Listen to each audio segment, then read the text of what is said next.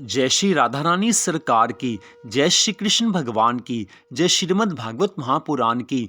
मंदिर श्री बंसी वाले महात्मा यूट्यूब चैनल की ओर से हम आप सभी भक्तों का हार्दिक अभिनंदन करते हैं। आज हम आपको सुनाने जा रहे हैं श्रीमद् भागवत महापुराण के 10वें स्कंध के 26वें अध्याय की परम पावन कथा। इस अध्याय का नाम है ब्रजवासियों का आश्चर्य करना।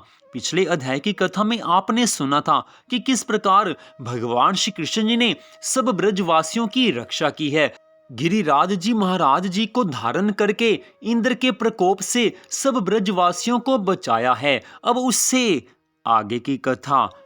आगे की कथा का वर्णन करते हुए श्री सुखदेव जी महाराज आज कहने लगे हैं कि हे राजा परीक्षित, जब श्री कृष्ण चंद्र जी ने गोवर्धन पर्वत को नीचे रख दिया, उस समय सब गोपी ग्वाल आश्चर्यचकित होकर परस्पर इस प्रकार कहने लगे हैं कि जिस प्रकार हाथी कमल के फूल को उठा लेता है, उसी प्रकार श्री कृष्ण चंद्र जी ने गोवर्धन पर्वत को उठा लिया। ये बड़े आश्चर्य की बात है। 7 वर्ष की अवस्था वाले श्री कृष्ण चंद्र जी इतने भारी पर्वत को 7 दिन तक उंगली पर उठाए खड़े रहे। यह मनुष्य जैसा काम नहीं है। इन्होंने इंद्र के कोप से हमारे प्राण बचाए हैं, सो हम इन्हें अब क्या कहें। नंद यशोदा में ऐसा पराक्रम कहाँ है जैसा श्री कृष्ण चंद्र जी ने इस काल में दिखलाया है। हमें यह बालक नंद जी का प्रतीत नहीं होता। ऐसा सोचकर उपनंद आदि सभी ग्वाल बाल एकत्रित होकर नंद जी के पास पहुंचे हैं। तत्पश्चात जो उनमें बड़े बूढ़े थे, उन्होंने सर्वप्रथम नंद यशोदा तथा श्री कृष्ण चंद्र जी की अत्यंत प्रशंसा की है। फिर इस प्रकार कहा है, हे नंदराय जी, हमारे आपके भाग्यों से श्री कृष्ण चंद्र जी सदैव सुखी बने रहें। ये विपत्ति के समय हम सब लोगों की रक्षा करते हैं, परंतु हे नंद जी, हम लोगों को ये तुम्हारे पुत्र मालूम नहीं होते, क्योंकि जब ये बहुत छोटे थे तब इन्होंने पूतना नामक राक्षसी को मार डाला था। इन्होंने 1 वर्ष की आयु में तृणावर्त राक्षस को मारा, और जब यशोदा जी ने इन्हें उखल से बांधा, उस समय इन्होंने यमलार्जुन नामक वृक्षों को उखाड़ दिया। वत्सासुर, बकासुर तथा अघासुर आदि राक्षसों को मारकर कालिया नाग को यमुना जी से निकाला। फिर प्रलंबासुर तथा धेनुक राक्षसों को मारकर सब ब्रजवासियों की रक्षा की है। इन्होंने गोवर्धन को कमल पत्र के समान अपनी उंगली पर उठाकर रख लिया और इंद्र का अभिमान नष्ट कर दिया। ये सब बातें देखकर हमें यह विश्वास नहीं होता है कि श्री कृष्ण चंद्र जी तुम्हारे पुत्र हैं। अतः हमें तुम सच सच बतलाओ कि तुम इन्हें कहां से लेकर आए हो। यदि तुम ठीक ठीक नहीं बताओगे तो हम तुम्हें जाति से बाहर कर देंगे। इतनी कथा सुनाकर श्री सुखदेव जी महाराज आगे कहने लगे हैं कि हे राजा परीक्षित, अपने जाति भाइयों के ऐसे वचन सुनकर नंद तथा यशोदा जी ने उत्तर दिया है कि हे भाइयों, श्री कृष्ण मेरा ही पुत्र है। जो हाल गर्ग जी ने बताया था, उसमें से एक बात हमने तुमसे छिपाई थी। श्री कृष्ण चंद्र जी का नाम रखते समय गर्ग जी महाराज जी ने यह कहा था कि तुम इन्हें अपने देह से उत्पन्न मत समझना। ये परब्रह्म परमात्मा का अवतार तुम्हारे घर में प्रकट हुए हैं। ये प्रतिदिन तुम्हें अपनी लीलाएं दिखलाएंगे। अतः अब जो बातें हमें अपनी आंखों से नजर आती हैं, उन्हें देखकर हमें भी यह विश्वास होता है कि श्री कृष्ण चंद्र जी वास्तव में श्री हरि भगवान के अवतार हैं। हे भाइयों, गर्ग जी ने यह भी कहा था कि एक बार इन्होंने वसुदेव नाम के किसी पिता के यहाँ जन्म लिया था, सो इनका नाम वासुदेव भी होगा।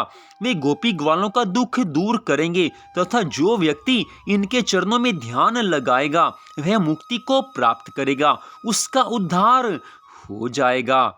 इतनी कथा सुनाकर आगे आज श्री सुखदेव जी महाराज कहने लगे हैं कि हे राजा परीक्षित, जब सब ब्रजवासियों ने नंद यशोदा के मुख से ऐसे वचन सुने तो उनका संदेह दूर हुआ है। सबको अत्यंत प्रसन्नता हुई है।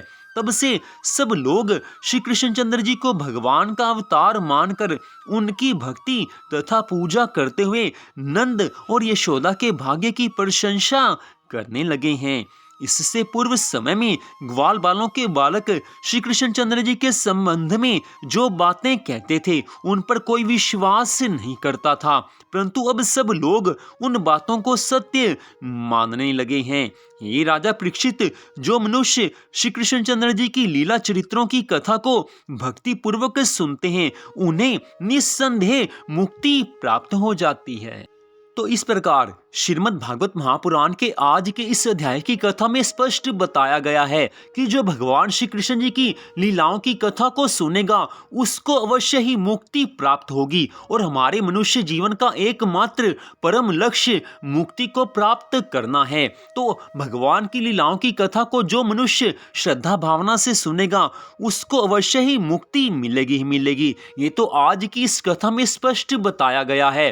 तो इस कथा पर पूरी तरह से विश्वास करके हम सबको भगवान की कथा सुननी चाहिए या पढ़नी चाहिए। जैसे भी हो भगवान की कथाओं में अपने मन को लगाना चाहिए। इससे भगवान की कृपा इस जीवन में तो हमारे ऊपर होती ही है, इस जीवन के पश्चात हमें भगवान की कृपा से मोक्ष मिल जाता है, भगवान के धाम में हम सबको स्थान मिलता है। तो आप सबसे ये निवेदन है कि जैसा आज के इस अध्याय की कथा में श्री सुखदेव जी महाराज जी ने स्पष्ट बताया है कि जो भी मनुष्य श्रीमद् भागवत महापुराण में भगवान श्री कृष्ण जी की लीला कथाओं को भक्ति भाव से सुनेगा उसकी मुक्ति हो जाएगी। तो श्रीमद् भागवत महापुराण के आज की इस कथा के अनुसार हम सबको विश्वास रखकर भगवान श्री कृष्ण जी की लीलाओं की कथाओं को पूरी भक्ति भावना से सुनना चाहिए, तभी हमारा मनुष्य जीवन सफल हो सकता है, तभी हमें मुक्ति मिल सकती है, और इस जीवन में भी भगवान की कृपा से हमारे घर में सुख शांति आनंद अवश्य आएंगे। केवल हमारा मन भगवान की भक्ति में लगना चाहिए। तो यहीं पर श्रीमद् भागवत महापुराण के 10वें स्कंद के 26वें अध्याय की कथा का विश्राम होता है। आज की इस कथा को सुनने के लिए आप सबका हार्दिक धन्यवाद। भगवान श्री राधा कृष्ण जी की श्रीमद् भागवत महापुराण की अनंत कृपा सदा आप सब पर, आपके परिवार पर बनी रहे, इसी मंगल कामना के साथ जय श्री राधा रानी सरकार की, जय श्री कृष्ण भगवान की, जय श्रीमद् भागवत महापुराण की, जय श्री सुखदेव जी महाराज की। जय जय श्री राधे, जय जय श्री राधे, जय जय श्री राधे श्याम।